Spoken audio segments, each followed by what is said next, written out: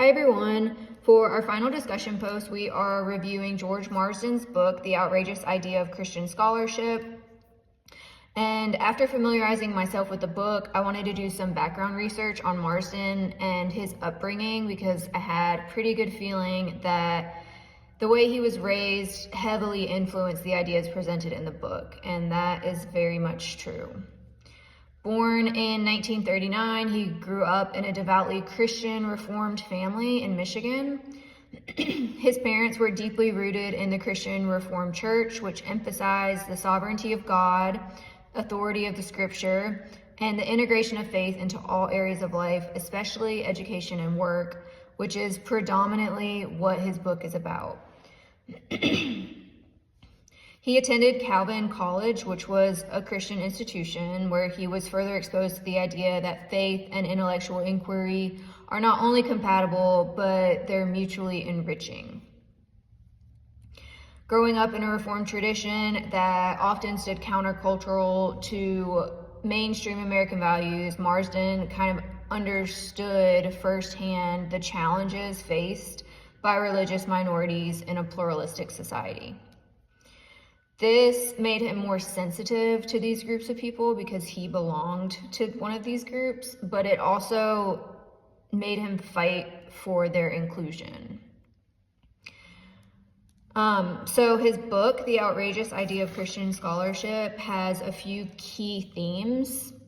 The first one I already mentioned, the critique of secularism in academia. So he wanted to get rid of this idea that in order for scholarship to be valid or legitimate, it had to be entirely secular. He said that this bias limits the range of perspectives and discourages scholars from integrating their faith into their academic work, and claims that if these scholars could openly draw on their faith as a source of insight and motivation, it would make them better educators. Marsden also argues in his book that faith and reason can coexist, which most people at the time did not believe was true. And he draws on historical examples to prove this point. He emphasizes that Christian scholarship can contribute to a broader societal understanding by offering alternative viewpoints and perspectives. A Christian perspective on ethics, history, or social issues could shed light on areas that are often overlooked by secular methodologies. Marsden acknowledges that integrating faith and scholarship is not an easy task. It is very complex. He has experienced it firsthand.